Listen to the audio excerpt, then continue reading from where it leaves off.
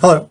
So in this video, we're going to talk about Ty Defoe's play Firebird Tattoo, which I'm reading out of the Methuen Drama Book of Trans Plays. This is a play about finding oneself, discovering who you truly are. It is a non-naturalistic play, and in its non-naturalistic elements, it often draws directly on Indigenous American performance traditions. Defoe is an Ojibwe playwright, and so elements like ritual, like song being incorporated in, elements like the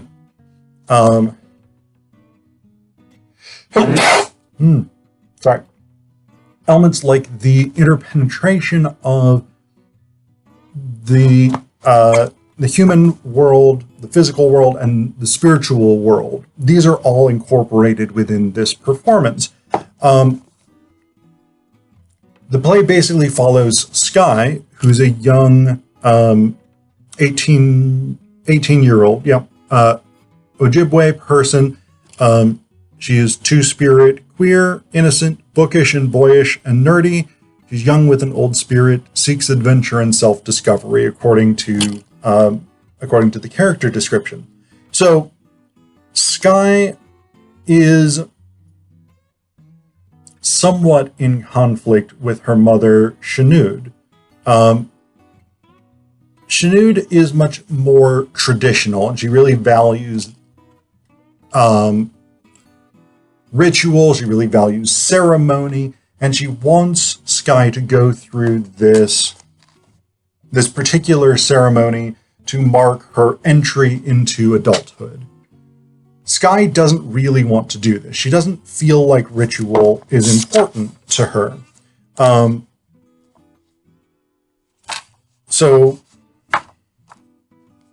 there's this one portion early in the play, scene 1, where they're arguing about this. Ma, which is Shanud, says, it's special. Skye says, why? I don't get it. The rest of the world doesn't operate like this. Ma says, it's our tradition. Skye says, why don't we just say my hormones are raging and call that tradition? Ma says, this tradition is the survival of our people. It keeps people alive and rituals continuing. These gifts here contain lots of medicine. We have strawberries to pick yet, so keep on biting that bark, girl.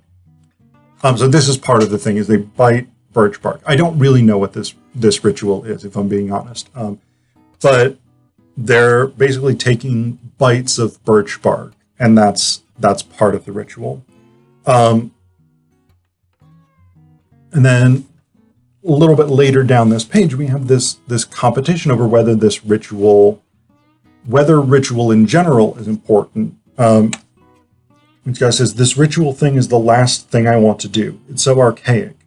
Ma says, it's what our people have done for over 10,000 years. This guy says, I want to go to the city. And part of the reason that Skye wants to go to the city is to learn more about her father, Eagle, also known as Land O'Lakes.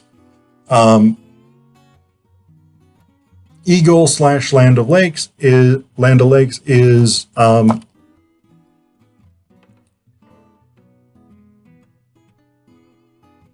he's two-spirit, queer, but it seems like the persona of Land O'Lakes, which is Eagle's, I don't want to say true self, because that suggests Eagle is not a true self, but it's another half of Eagle's true self.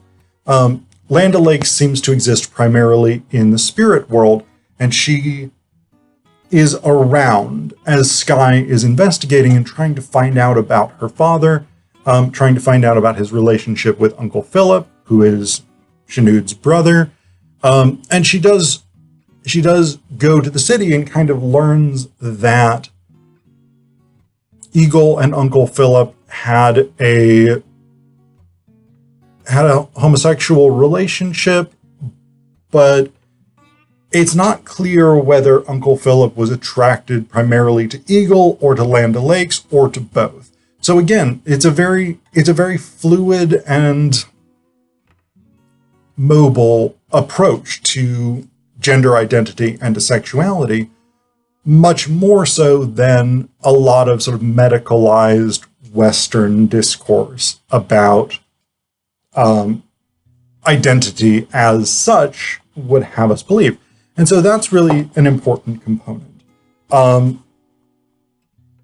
Skye also goes to the city looking for information about Eagle, and she meets D. D Chance, or Desperado Chance is what she says her name stands for. D is a former Marine, tattoo artist, and she is very attracted to Skye. Skye is initially ambivalent about this. Like, it's not clear that she thinks she's straight or anything like that, but it's also not clear that she fully acknowledges being lesbian, perhaps, bisexual, perhaps. It's not, again, 100% clear. We don't have things nailed down and specifically defined, which is, I think is actually a really good element of this play, is that it engages with the actual messiness and complicatedness of human identity, human attraction, etc., etc. So D manages to convince Skye to let D give her a tattoo. During the course of this, they talk about a number of different things. They talk about, for instance, Skye's long hair. Because in a lot of indigenous North American cultures, cutting your hair is taboo. It's a thing that you don't do. And so Skye seems to have this ambivalent relationship to cutting her hair, because on the one hand, as we've already seen, she is not dedicated to preserving the rituals and the traditions that her mother is. But on the other hand, when Dee kind of suggests that she could cut her hair now that she's come to the city, Skye is uncomfortable with the suggestion. So again, there's this ambivalent, difficult relationship to identity and to tradition here.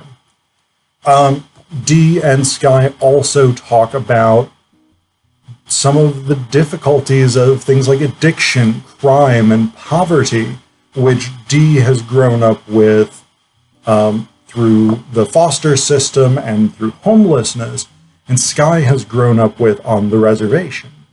Because these are very common problems in impoverished communities, whether that's Native American reservations, which tend to be disproportionately impoverished, or whether that's people living on the street, people living in foster care, people in these disadvantaged circumstances, which of course includes a disproportionate number of LGBT people, particularly LGBT youth, who are often thrown out of their homes for being LGBT. And Dee does talk about that. So Dee had dated a woman who was also in the Marines, who had experienced homelessness because she was thrown out of her family.